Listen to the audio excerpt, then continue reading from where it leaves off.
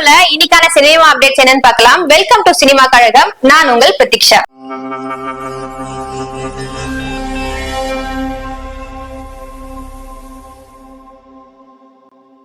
சூர்யா 46 இரண்டாம் கட்ட படப்பிடிப்பு முடிஞ்சு சென்னை திரும்பிய சூர்யா திடீர் விசிட்டுக்கு இதான் காரணமா?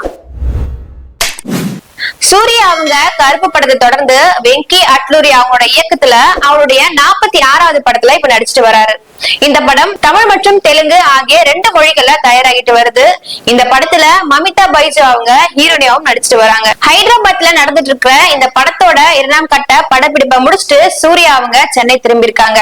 இன்னும் ஒரு வாரத்துல சூர்யா அவங்களுடைய பர்த்டே வர இருக்கிறதுனால அவர் சென்னை திரும்பியதா தகவல் வெளியாகி இருக்கு. சூர்யா 46 மூவியோட ஷூட்டிங் நினைச்சதை விடவே ரொம்ப வேகமா போயிட்டு இருக்கு.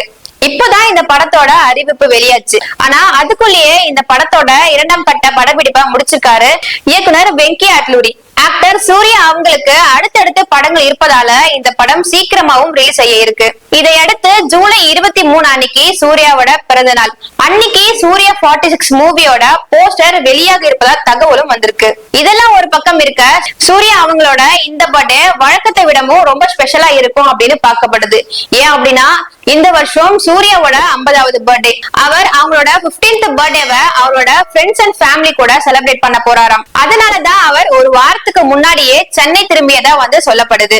அது மட்டும் இல்லாம ஆர்ஜே பாலாஜி அவங்களோட இயக்கத்துல சூர்யா அவங்க நடிக்கிற படம் தான் கருப்பு. இந்த படத்தோட டீசர் அவரோட பர்த்டே ஆன ஜூலை 23 அன்னைக்கு ரிலீஸ் ஆகிருக்கு. அது மட்டும் இல்லாம அன்னைக்கே இந்த படத்தோட ரிலீஸ் தேதி குறித்து அறிவிப்பும் வெளியாகும் அப்படின்னு படக்குழுவினர் தெரிவிச்சிருக்காங்க. காதல் கதை படத்தோட இயக்குனர் வேலு பிரபாகரன் காலமானார். மூத்த திரைப்பட தயாரிப்பாளர், ஒளிப்பதிவாளர் மற்றும் நடிகரான வேலு பிரபாகரன் இன்னைக்கு உயிரிழந்திருக்கிறார்.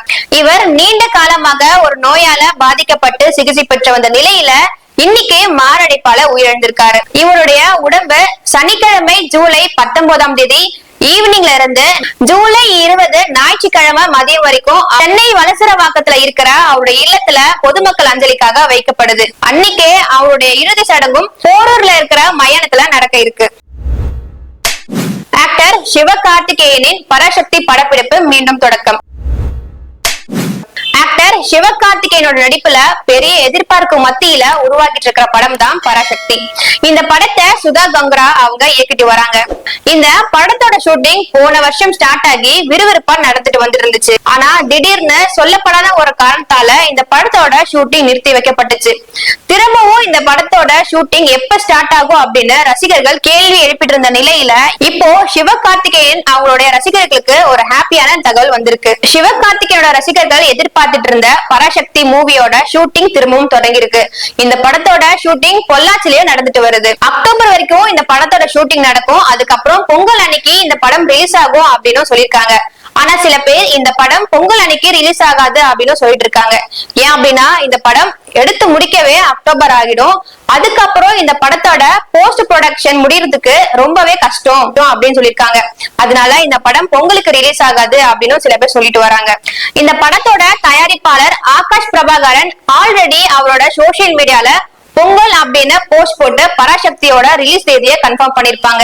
இந்த நிலையில இந்த படத்தோட ஷூட்டிங் தள்ளி வைக்கப்பட்டதால சுதா கங்கரா இந்த படத்தோட ரிலீஸ் தேதி குறித்து நாங்க இன்னும் யோசிக்கல அப்படின்ற தகவலையும் சொல்லியிருக்காங்க.